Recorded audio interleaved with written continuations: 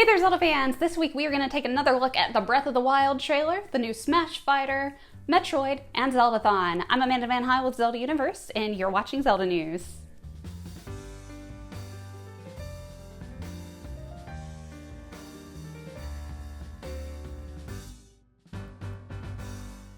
First off, let's take a closer look at that trailer. Link's arm is one of the big standouts. At one point, we see it taken over by Malice, and later, he has like a fancy new arm with what appears to be Sheikah technology. So when I first watched the trailer, I totally missed the whole Malice part in my excitement.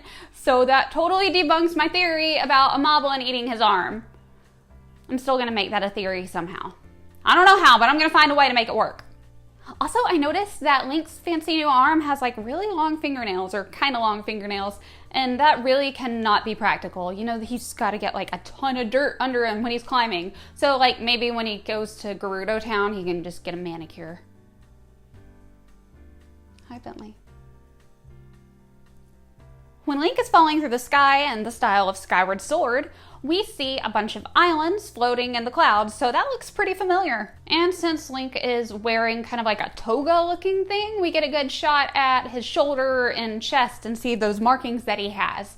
And they kind of remind me of Midna from Twilight Princess. I'm sure they have some kind of significant meaning higher than just Link wanting to be a tatted up rocker. Link is spotted later in the trailer wearing his champion's tunic, and his hair is pulled back instead of beautifully blowing in the wind. One theory floating around is that there are two different Links in this game because of the different outfits and hairstyles shown in the trailer, but at the same time, there were a ton of outfits in Breath of the Wild that you could wear, and a lot of those did change his hairstyle. Link has a cool looking new ability of going through platforms like he's Kitty Pryde, and a really short bit that stands out to me is there's this puddle and the water floats kind of upwards and disappears in a way that looks like it was just like filled with water and then played in reverse. In Life is Strange, you can rewind time, and that's kind of what it looks like maybe going on here, so I'm guessing some form of time manipulation is happening, or Link has some special water sucker gun thing, I don't know. But I'm gonna guess it's probably more rewinding time. Honestly, I just want to play it and I can't wait, but hey, guess what? We have something to look forward to next year. According to Nintendo, they are not announcing the title for the game yet, as the name would give too much away. So what do we think it's going to be called? I'd love to hear your names for it. How about Breath of the Wild, Rivali's Revenge, Don't Be Asinine?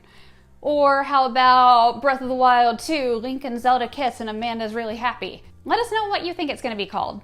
We've also been seeing some really cool fan art inspired by Breath of the Wild 2, and if you have any you'd like to show us, be sure to tag us on Twitter at Zelda Universe. And if you have any of it that involves Link with long hair, or maybe some Z-Link action happening, tag me too at Amanda Van Hyle. Alright, enough Breath of the Wild 2. The next fighter for Smash Ultimate got announced, Kazuya Mishima from Tekken. I have never played Tekken, so I know nothing about him, but apparently in Smash he can transform into Devil Gene Mishima, and he likes throwing people into volcanoes, so I'm gonna guess he's not a very friendly person. A special edition of Metroid Dread has gone up for pre-order, which contains a steel book, art cards, and a 190-page art book spanning all the 2D Metroid games.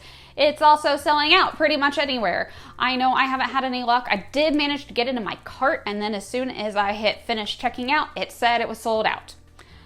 I know this is Zelda news, but I am still talking about Metroid because it is a big deal and we also kind of share a fan base.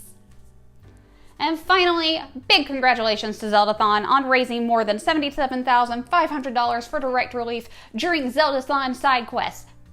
Good job, guys. Thank you to everybody that watched and supported as well. Alright, well that's it for this week, everybody. Thank you so much for watching. I'm Amanda Van Hyle with Zelda Universe, and I'll see you guys next week.